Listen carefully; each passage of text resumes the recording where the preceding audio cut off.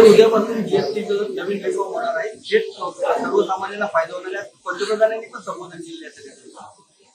जीएसटीचे second generation reforms हे या देशातले क्रांतिकारी पाऊल आहे.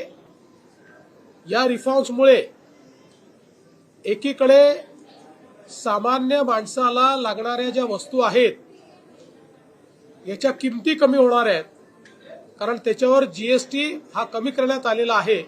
दुसरीकडे देशांतर्गत मागणी वाढणार आहे, त्यामुळे देशांतर्गत प्रोडक्शन वाढणार आहे, त्यामुळे अर्थव्यवस्थेला मोठी चालना मिळणार आहे.